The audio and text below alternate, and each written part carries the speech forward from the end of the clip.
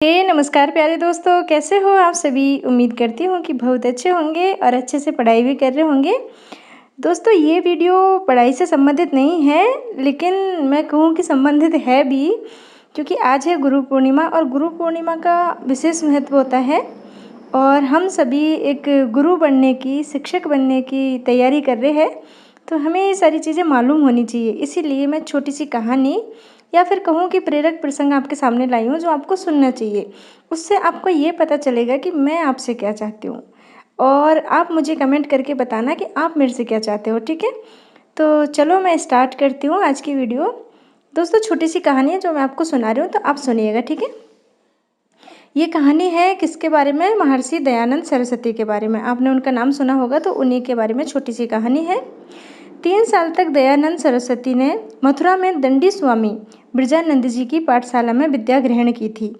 अध्ययन काल समाप्त हुआ तो गुरु दक्षिणा के रूप में कुछ लौंग लेकर दयानंद जी अपने गुरु के चरणों में उपस्थित हुए और बोले, गुरुवर, मेरे पास और कुछ तो है नहीं जो आपको मैं भेंट करूं। आपको लौंग बहुत पसंद है, इसीलिए आधा सेर लौंग कहीं से मांग कर लाया हूँ और उसकी सेवा में उपस्थित हूँ, और मैं आपकी सेवा में उपस्थित हूँ। ऐसा कहा था किसने? दयानंद सरस्वती जी ने। फिर देखिए उनके गुरुदेव जी क्या कहते हैं। गुरु ने एक लौंग हाथ में उठाकर कहा, लौंग तो बाजार में कहीं भी मिल जाएंगी। दयानंद, मैं तुमसे वही चीज़ चाहता हूँ जो तेरे पास है और तेरे सिवा किसी के पास भी नहीं है। ये कहा था उसके गुरुदेव ने। अब आगे आप सुनिए। दयानंद जी ने विनम्रता पूर्वक कहा, गुरुवर, आप आदेश कीजिए। मेरे पास ऐसी कोई चीज़ नहीं है जो मैं आपको भेंट में ना कर सकूं।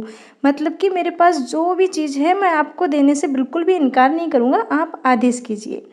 दंडी स्वामी ने कहा, दयानंद, मैंने तेरे हृदय में एक ज्वाला के दर्शन किए हैं और ज्वाला को अपनी ओर से दिशा देने का प्रयत्न भी किया है। वह ज्ञान की ज्वाला है। सत्य धर्म की ज्वाला से अवैधिक मत मतांतरों के अंधकार को मिटाने वाली ज्वाला है, और वैदिक धर्म को फैलाओ। उनके गुरु कहते हैं कि मैंने तुम्हारे अंदर ज्ञान की ज्वाला को देखा है और मैं चाहता हूँ कि तुम उसको आगे बढ़ाओ। उसके द्वारा ज्ञान का जो मतलब कि जो अंधकार हमारे समाज में फैला है, अपने ज्ञान के द्वारा उस अंधकार को तुम मिटाओ, और मैंने भी इसको दिशा देने का प्रयत्न किया है। ऐसा गुरुवर उनके कहते हैं। और आगे कहते हैं कि देश का उपकार करो और मानव जाति का उद्धार करो। वत्स दयानंद, बस यही गुरु दक्षिणा मैं तुमसे चाहता हूँ। अन्य किसी सांसारिक वस्तु की मुझे कोई इच्छा नहीं है। कितनी बड़ी बात गुरुदेव ने की है कि मुझे कोई सांसारिक वस्तु नहीं चाहिए। मुझे ये चाहिए कि जो तुम्हारे अंदर ज्ञान की ज्वाला भरी हुई पड़ी है ना, उसका तुम यूज करो, उसको काम में लगाओ और मानव जाति का उद्धार करो। और ये जो अंधकार फैला हुआ है अज्ञानता का, इसको मिटाओ, वैदिक धर्म को फैलाओ तुम संसार में। ये कहा गुरुदेव ने उसको।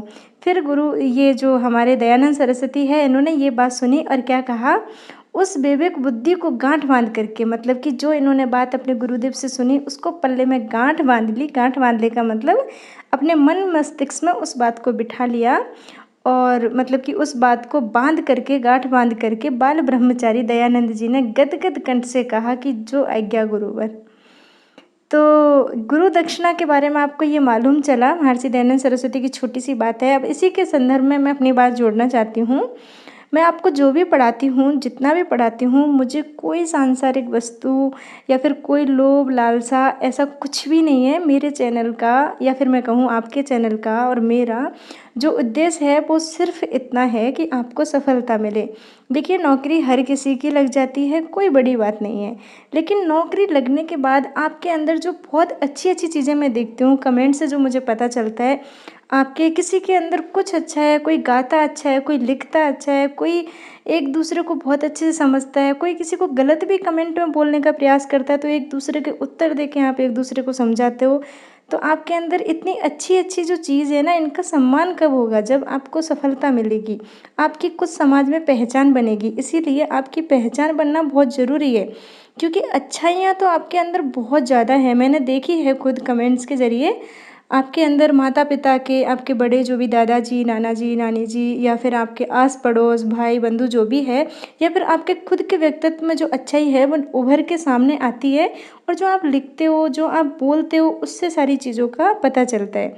तो ये सारी चीज़ें समाज कब अपनाएगा, आपकी अच्छाइयों को कब अपनाएगा? जब आपकी कोई पहचान होगी, तो मेरा जो मकसद है, मेरा जो उद्देश्य है वो ये है कि आप जो इतना कठोर तप कर रहे हो, इतनी मेहनत कर रहे हो, उसमें मैं भी थोड़ी-सी आपकी मदद करूँ और आप गुरु दक्षिणा के रूप में मुझे कुछ मत दो। जो आपके अंदर जो अच्छाई है, सच्चाई है, जो अंकुर आपके अंदर है, उनको समाज में, अपने आस-पड़ोस में, अपने बच्चों में, अपने दोस्तों में फैलाओ।